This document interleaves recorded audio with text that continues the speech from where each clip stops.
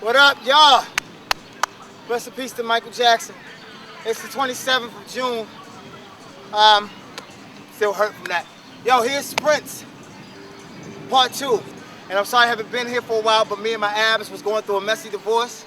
And now that we're starting to split up, we're going to get into it. So what we're going to do is a few drills that will help your technique, your skill, your ability, and your agility so you can be better as a sprinter.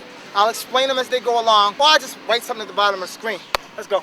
The first drill we're going to do is called a basic walk. Now remember, when you're doing every drill, you want to stay on the balls of your feet. So basically you want to walk. You want to get to the balls of your feet, and then you want to walk it out. You want to walk it out, landing back on the balls of your feet. Someone asked, when do you dorsiflex to plantar flex?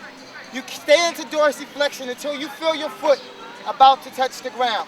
This walking drill can be executed. You want to pass your pockets. Another person asked, how can you stay at 90 degrees and still pass your pockets? What I meant by that was you don't want to drop below your pocket. So you want to come in here and you don't want to let your arm drop below. So it's still at 90 degrees, but I'm still pumping. I'm not dropping below my pocket. Drill number 2. It's just like drill 1, but you want to make sure you add a skip to the drill. So you're coming into a skip. Remember, you're landing, balls of your feet. I'm not dropping past my pocket when I do the drill. You want to whip down every time you do the drill. I'm not just coming straight down and landing. I'm ripping through. If you pay attention, I'll rip through for you. See? I'm ripping through every time I do the drill. Drill number 3 is similar to 1 and 2, except you want to kick out. You want to walk like number 1, but you want to come up, out, and down. If you don't have the flexibility to do this, you want to get to the point where you're flexible enough to almost kick to 90 degrees.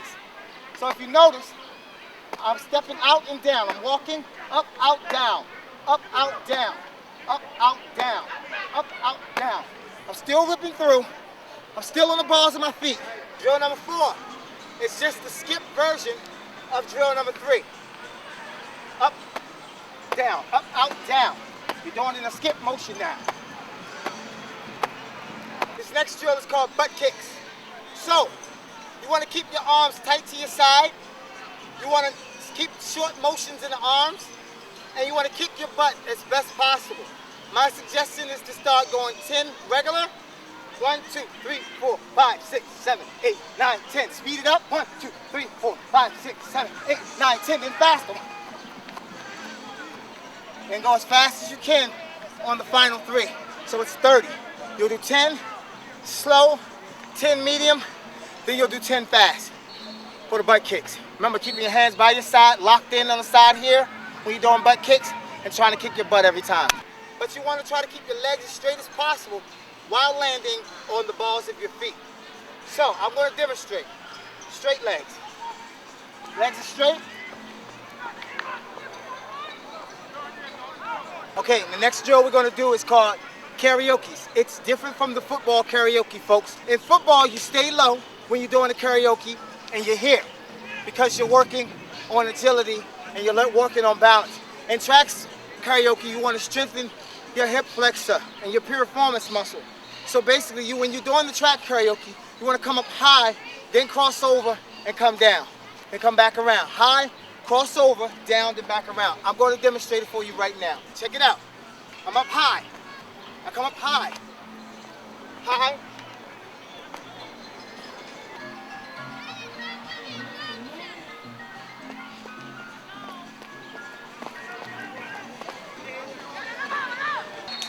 Okay, I'm going to try my best to explain that.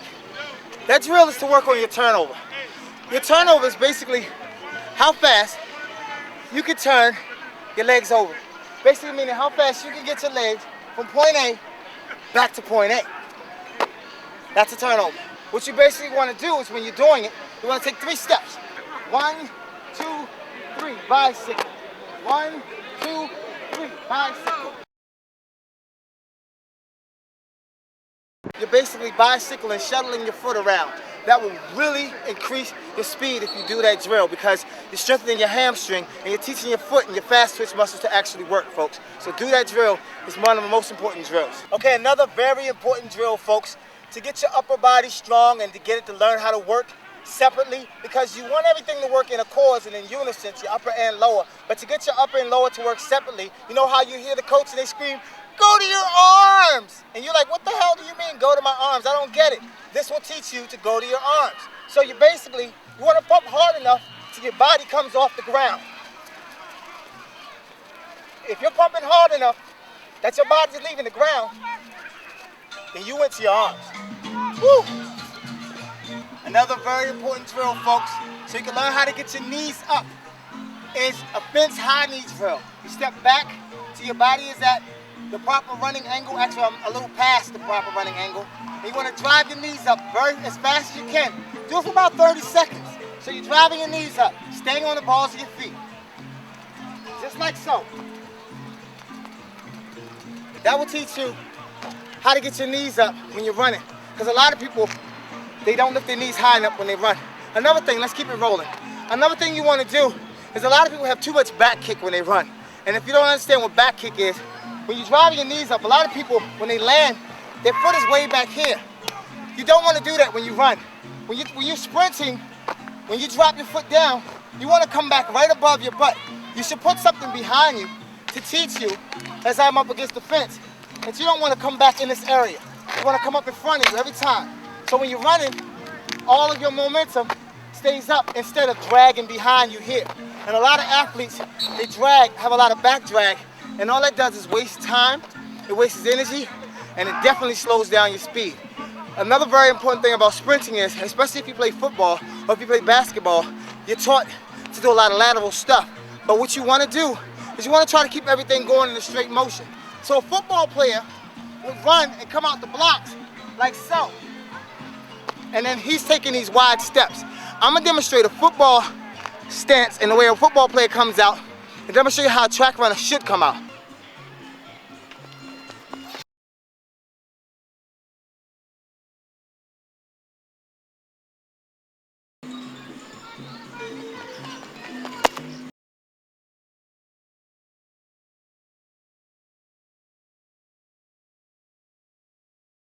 If you notice in the football sprint, when I came out, I was lateral going from side to side. And you see how I was able to cut around him holding the camera. But in the track, I wasn't able to cut around him because if you're going in straight motion, your body's going so fast that you can't control it. So I had to actually literally leap over him. So that's the difference. If you're a sprinter, stick to doing a lot of sprints. Do a lot of block work, a lot of short sprints. You do want to do some type of cardio, but you don't want to run over a certain amount of miles because a lot of your fast twitch muscle will begin to revert back to slow twitch muscle. If we all know we have slow twitch muscle, we have general neutral muscle, then we have fast twitch muscle. Some people are born with less, some people are born with more. Now, the job of every athlete is to try to turn as much of this neutral muscle into fast twitch muscle. And you can do that by doing explosive things. If you're doing distance work, it's not really explosive. So you'll be turning a lot of your general muscle into slow twitch muscle instead of fast twitch. And then you'll have a lot of issues when you're running. You might look good, you might be fit, but like, oh, he looks so good, he must be fast. He's not that fast. So you want to make sure you're doing a lot of explosive work. I get a lot of inbox messages. I got hundreds.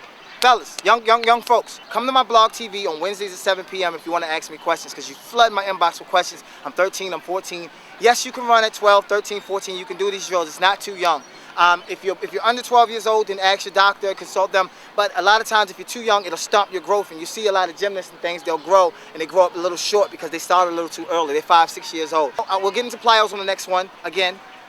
We'll get into a lot of core work on the next round, again. On part 3, and we'll get into a lot more technical stuff. I just was giving you drills this time around. That's pretty much it this time, folks. Make sure you get a good diet. Make sure you do it 3 times a week. I'll see you on part 3. Peace.